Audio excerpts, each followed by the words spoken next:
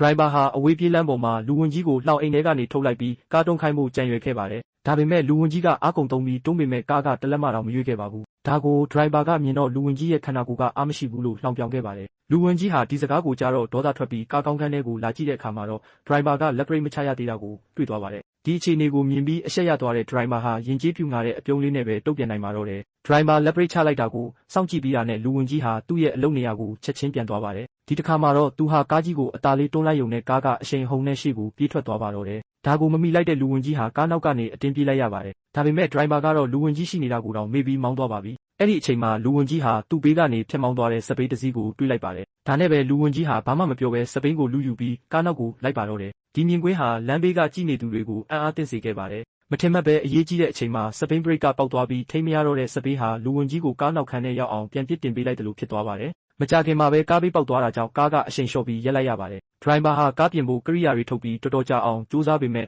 boss 2တစ်လုံးကိုတောင်မဖြုတ်နိုင်ခဲ့ပါဘူး။ဒီမြင်ကွင်းကိုကြည့်နေတဲ့လူဝင်ကြီးဟာလှောင်အိမ်ထဲကနေအော်ဟစ်ပြီးသူ့ကိုအောက်ဆင်းခွင့်ပေးဖို့ driver ကိုအချက်ပြပါတယ်။ driver ကလည်းသူ့ကိုယုံကြည်ပြီးလှောင်အိမ်တကားကိုဖွင့်ပေးလိုက်ပါတယ်။ဒီလိုနဲ့လူဝင်ကြီးဟာကျွမ်းကျင်ပိုင်နိုင်စွာနဲ့အပိုပြီးကိုထုတ်ယူလိုက်ပါတယ်။လူဝင်ကြီးရဲ့ကျွမ်းကျင်တဲ့လှုပ်ဆောင်ချက်တွေကြောင့် driver တယောက်ကြောင်ကြည့်နေရပါတော့တယ်။